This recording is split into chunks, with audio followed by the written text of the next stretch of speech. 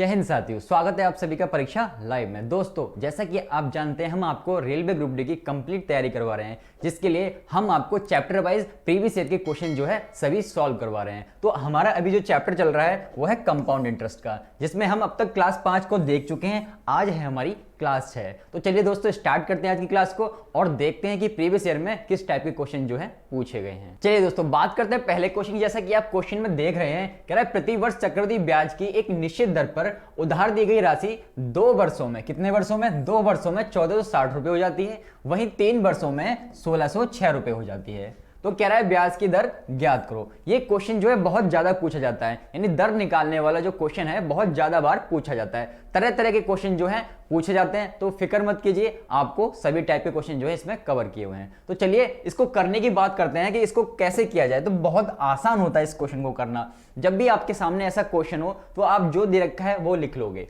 Sir 2 वर्ष का दे रखा है हमें, 2 वर्ष का मेरे भाई कितना दे रखा है? 1460 रुपए। 1460 रुपए हमें 2 वर्ष का दिया हुआ है।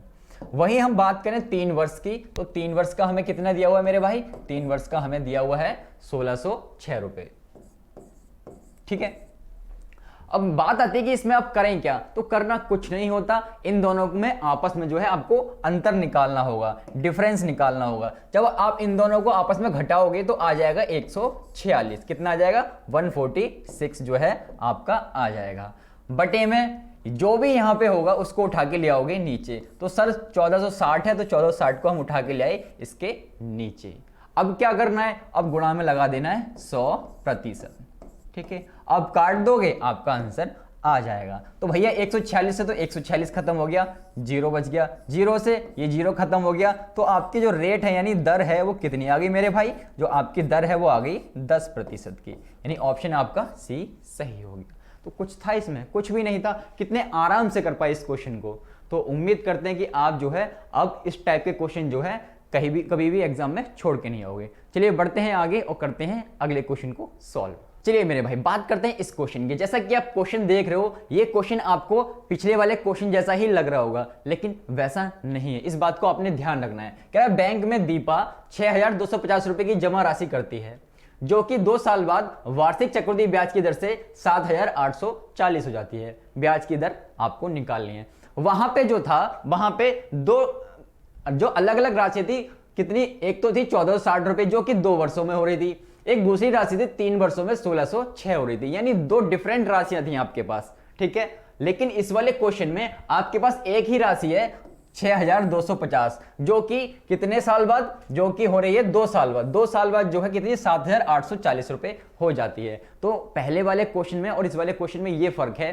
दोनों में इसमें सिंगल वैल्यू दे रखी है, ठीक है, यानी मूलधन देके आपको अमाउंट दे दिया, मूलधन देके आपको अमाउंट दे दिया है। ठीक है, और कह दिया है कि अब जो है ब्याज दर बता दो। लेकिन जो हमारा पिछला वाला क्वेश्चन था उसमें 2 चीजें दे रखी थी। चलिए उम्मीद करते हैं आप जो है इस बात को समझ पाएंगे। बढ़ते हैं इस क्वेश्चन की तरफ। तो आपसे कह रखा है कि 6250 रुपए की राशि थी, 2 साल बाद जो है 7840 हो जाती है। तो करना कुछ नहीं है, 6250 रुपए की राशि थी, आप जो है इसको यहां पे लिख लोगे, अनुपात का निशान लगाओगे, क्योंकि मोस्टली क्वेश्चन जो है हम रेशियो मेथड से करते हैं। ठीक है, दूसरी वैल्यू जो है 7840 है, इसको यहां पे लिख लोगे। ठीक है, आपसे पूछा क्या है? आपसे पूछा है मेरे भाई दर, यानी रेट जो है आपसे पूछी है। तो करना कुछ नहीं है, बहुत सिंपल है इसको करना भी। क्या करना है आपने? इस 0 से इस 0 को उड़ा दोगे, इस 0 से इस 0 आपने उड़ा दी। अब आपके पास क्या बच गया? अब आपके पास बच गया 625। ठीक है, यहां क्या बच गया? 784 बच गया आपके पास। अब आपने मेरे भाई क्या करना है? जब भी ऐसा क्वेश्चन आएगा आप देखोगे टाइम कितने वर्ष का है। सर टाइम जो है हमारे पास 2 साल का है। ठीक है, 2 साल का टाइम है, तो इसका मतलब इस पे आप क्या लगा दोगे? स्क्वायर रूट लगा दोगे। ठीक है, इस पे क्या लगा दोगे? आप स्क्वायर रूट लगा दोगे। इस बात को ध्यान रखना है। अगर 3 साल का यहां पे होता तो क्या करते? तो यहां पे क्यूब रूट लगा देते। तो इस बात को आपने ध्यान रखना है अच्छे से। जब भी ऐसा क्वेश्चन आएगा सिंगल वैल्यू की दूसरी वैल्यू आपको दे रखी होगी, और इस तरीके से आप अगर 2 साल है तो स्क्वायर रूट लगा दोगे, 3 साल है तो क्यूब रूट लगा दोगे। ऐसे ही आपसे पूछे जाते हैं 2 साल और 3 साल वाले। चलिए अगर हम 625 का क्यूब रूट निकालें तो कितना आ जाएगा? सर ये आ जाएगा 25। ठीक है, अब बात करें 784 की, तो 784 का स्क्वायर रूट कितना होता है? सर ये होता है 28। ठीक है। चलिए अब इन दोनों में कर लोगे अंतर, कितने का अंतर है, 3 का अंतर है, और बटे में जो भी यहां पे होगा उसको उठा के ले आओगे नीचे और गुणा कर दोगे 100 से। चलिए 25 से कम 25 हो गया, 25 चौके 100 हो गया, तो 3 चौक कितना आ गया, यानी दर आ गई आपकी 12%। कितनी आ गई रेट, 12%।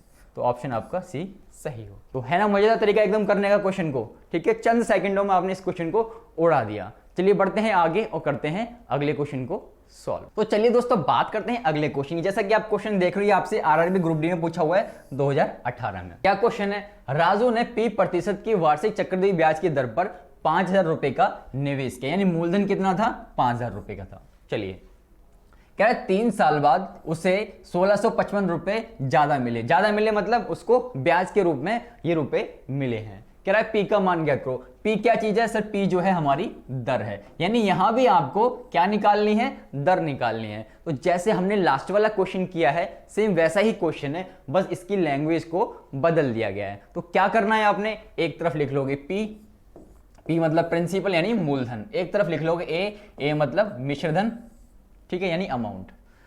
मूलधन आपका कितना है सर, मूलधन जो था हमारा वो 5,000 रुपए का था, तो भैया 5,000 आपने यहां लिख लिया। अब लेकिन सर मिश्रधन की बात करें, क्वेश्चन में मिश्रधन तो दिया हुआ नहीं है हमें, तो भैया आप एक चीज देख रहे हो, आपको क्या दिया हुआ है, आपको ब्याज दिया हुआ है। तो यदि आप मूलधन में यानी 5,000 में यदि आप ब्याज को जोड़ दोगे, ब्याज कितना है आपका 1655 रुपए का, तो क्या आ जाएगा आपका, तो आ जाएगा हमारा मिश्रधन। तो भैया जोड़ दो, तो 5 और 1 6,000 हो गया, 6,555 हो गया आपका। कोई दिक्कत नहीं होगी। तो यहां पे एक ही जगह पे क्या लिखोगे आप, 6,655 रुपए आप यहां पे लिख दोगे। चलिए अब बात आती है कि अब आगे इसको कैसे सॉल्व करें, कि हम टाइम की तरफ देख रहे हैं, टाइम जो है हमें 3 साल का दे रखा है, लेकिन ना तो ये क्यूब रूट बन रहा है ना ये स्क्वायर रूट बन रहा है, तो कैसे सॉल्व किया जाए। तो आपको बस इतना ध्यान रखना, अगर नहीं बन रहा है तो बनाया जाएगा, नहीं बन रहा है तो बना लो भैया। आप देख रहे हो इसको हम काट दें, अगर 5 एकम 5 तो 3 0 का 3 0 बन गया क्यूब रूट। देखा, इसकी बात करें सर इसको भी काट देते हैं, 5 एकम 5 1 बचेगा, 5 से 15 1 बचेगा, 5 से 15 5 एकम 5 बन गए भैया दोनों क्यूब रूट। एक 10 का बन गया, एक 11 का बन गया, ये वाला 10 का बन गया, ये वाला 11 का क्यूब रूट बन गया। तो क्वेश्चन आपका हो गया। अगर नहीं बनता है क्यूब रूट तो आप बना लोगे, बन जाते हैं, ठीक है। अगर क्वेश्चन आपको दिया है रेट निकालने का तो वो बनेंगे। तो अब क्या करना है आपने, सर हमें यहां पे कर देना है क्यूब रूट, यहां पे कर देना है क्यूब रूट। क्यूब रूट क्यों कर रहे हैं, क्योंकि समय जो हमें दे रखा है वो 3 साल का दिया हुआ है। चलिए यदि आप 1,000 का क्यूब रूट निकालोगे कितना आ जाएगा सर, 10 आ जाएगा। अगर 1331 का निकालोगे क्यूब रूट तो कितना आता है सर, 11 आता है। नहीं निकालने आता तो देख लो 11 की गुणा 3 बार कर दो, 11 गुणा में 11 गुणा में 11, तो भैया आपका कितना आएगा, 1331 ही आएगा। तो इस बात को आपने ध्यान रखना है।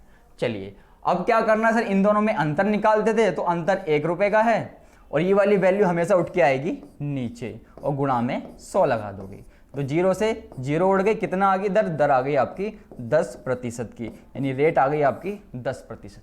ऑप्शन आपका सी आ गया, ठीक है। तो आपको पी बताना, तो पी आपका क्या है 10%, यानी रेट जो है आपकी 10% है। चलिए उम्मीद करते हैं आप जो है इस टाइप के क्वेश्चन को भी अब कर पाएंगे। तो ऐसे ही डिफरेंट टाइप के क्वेश्चन जो है आपसे रेट निकालने को कह देगा। तो मैंने अब तक आपको 3 क्वेश्चन करा दिए जिसमें आपको डिफरेंट तरीके से दर निकालने के लिए कहा गया है। तो चलिए बढ़ते हैं आगे और करते हैं अगले क्वेश्चन को सॉल्व। चलिए दोस्तों बात करते हैं अगले क्वेश्चन की। ये आपसे आरआरबी जेईई में 2019 में पूछा गया, यानी हाल फिलहाल का ही क्वेश्चन है ये, ठीक है।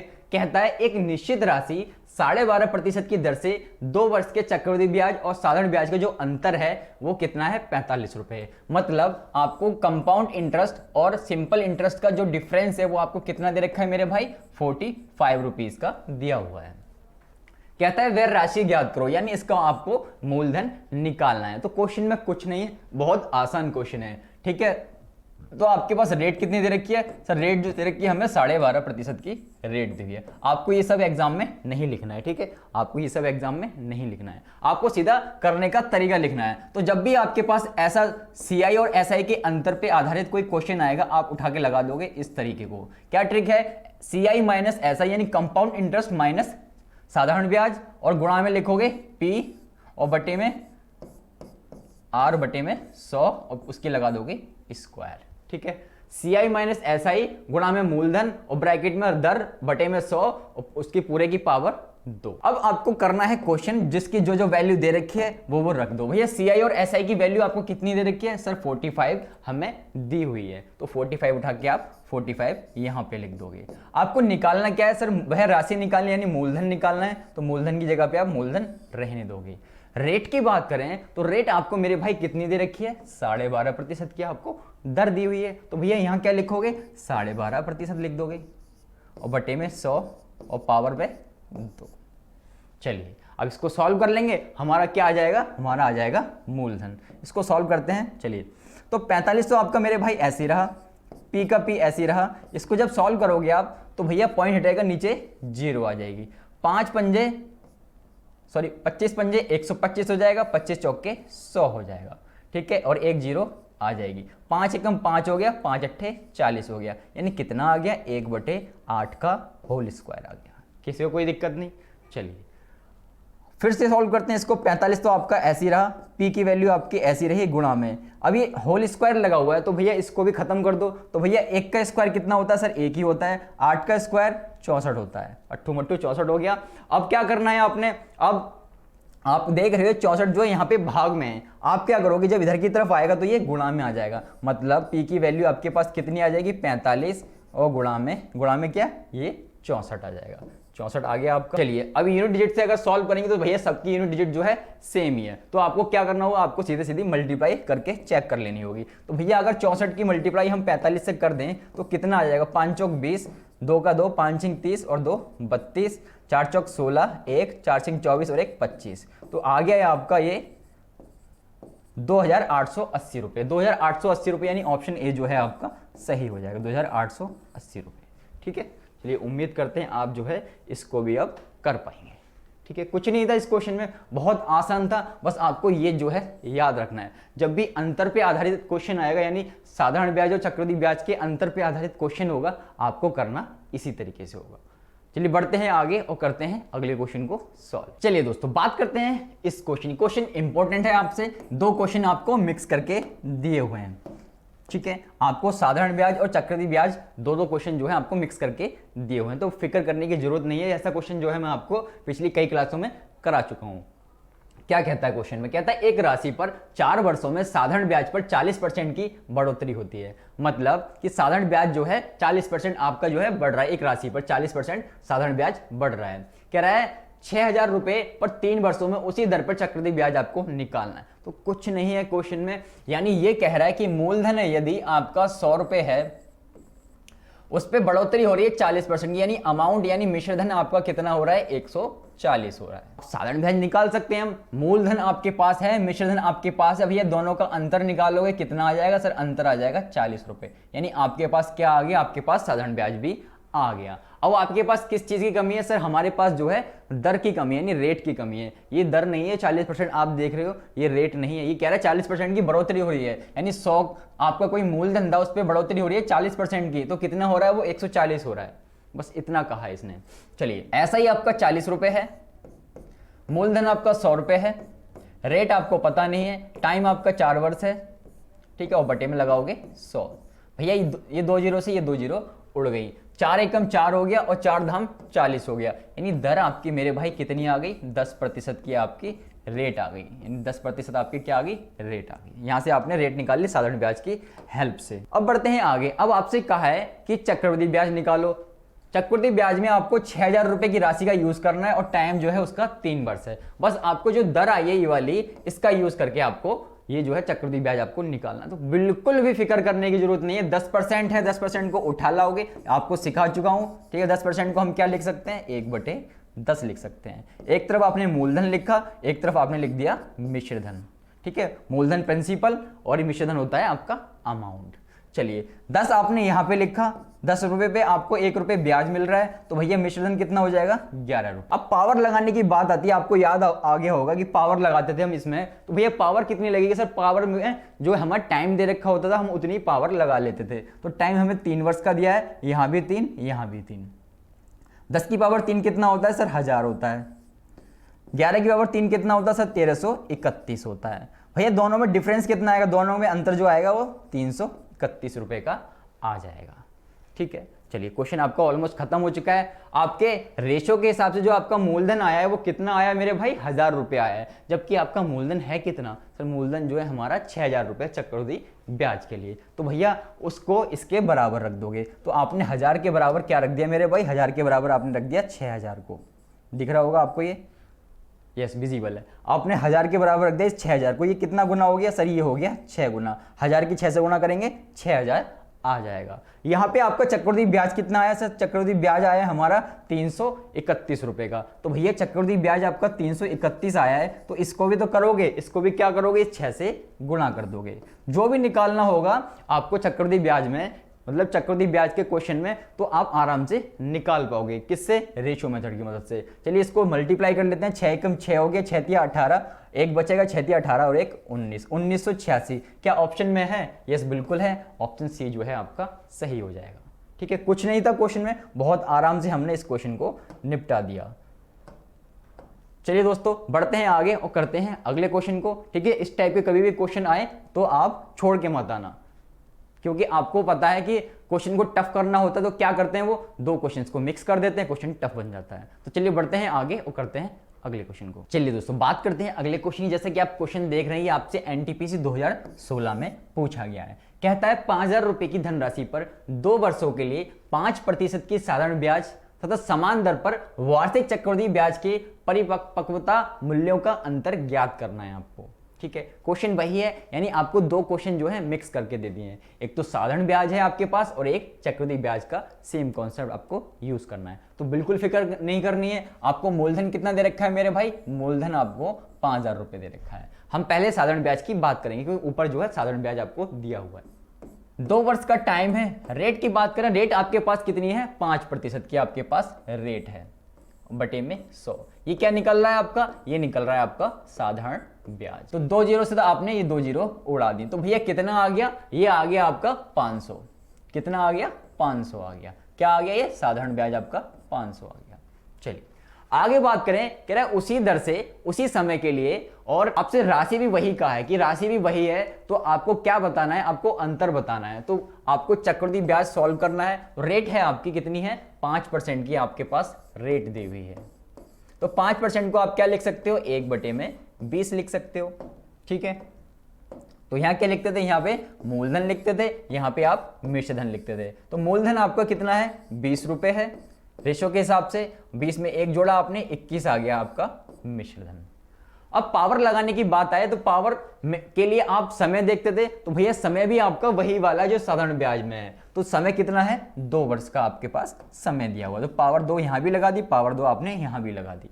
चलिए इसको आगे सॉल्व करते हैं। क्वेश्चन आपका ऑलमोस्ट खत्म हो गया है। तो 20 का स्क्वायर कितना होता है, 400 होता है मेरे भाई। 21 का स्क्वायर 441 होता है, दोनों में अंतर 41 होगा। अब आप देख रहे हो कि आपके पास मूलधन जो है 400 है, लेकिन मूलधन यहाँ पे कितना दे रखा है आपको, 5000 दे रखा है। तो जो भी दे रखा है उसको उसके बराबर रख दोगे। तो 5000 के बराबर आपने मूलधन को रख दिया। 2 जीरो से 2 जीरो खत्म हो गई, और ये कटेगा क्या आपका, ये नहीं कटेगा, तो ये आपका कितना आ गया, 50/4 आ गया।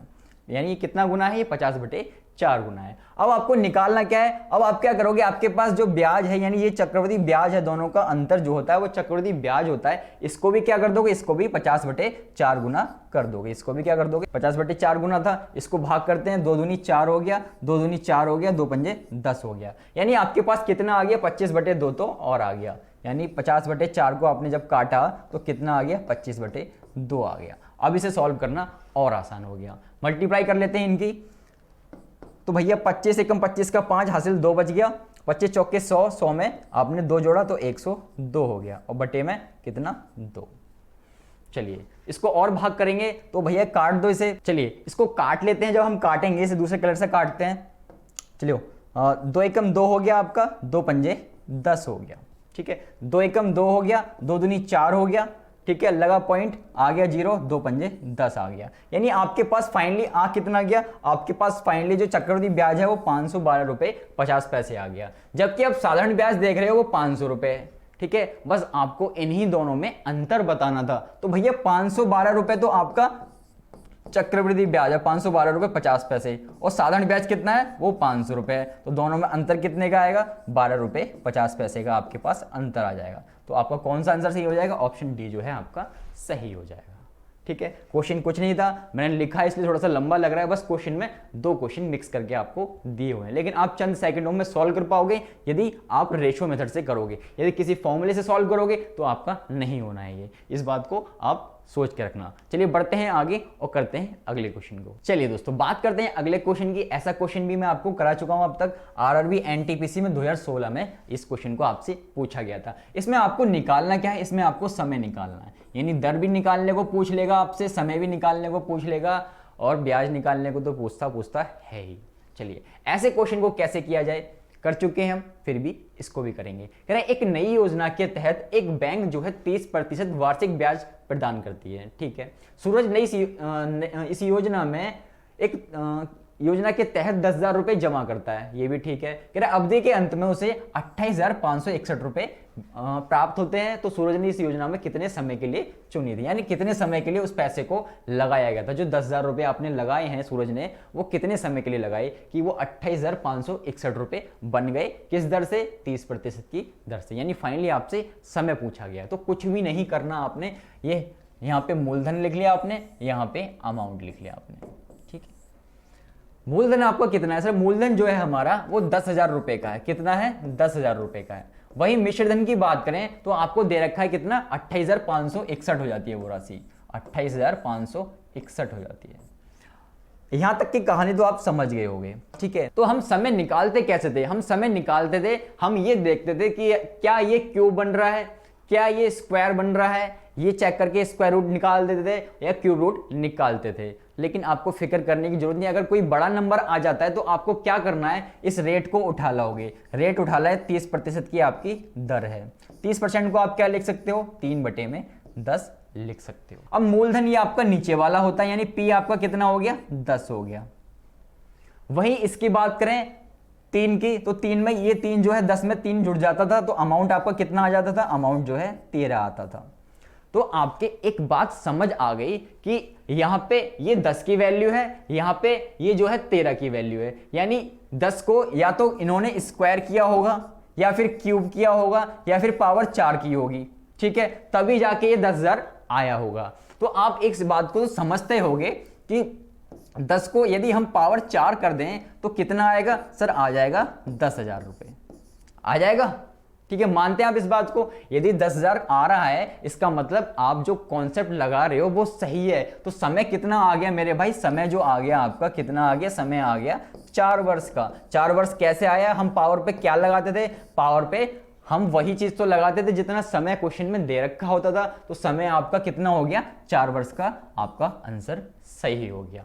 वही हम 13 की बात करें, यहां पे कहीं 13 रहा होगा। ठीक है, 13 की पावर भी 4 ही लगेगी, जब यहां 4 लग रही है तो यहां भी 4 लगाओगे। तो भैया जब 13 की पावर 4 करोगे, यानी 13 की गुणा 4 बार करोगे, 13 गुणा 13 गुणा 13 गुणा 13, तो आपका 28,561 आ जाएगा। तो इस बात को आपने समझना है, आपको ये वाला पोर्शन सॉल्व नहीं करना है, आपने सिर्फ इस वाले पोर्शन को ही चेक कर लेना कि आपका मूलधन जो है 10 है, यानी ये 10 की पावर कुछ रही होगी।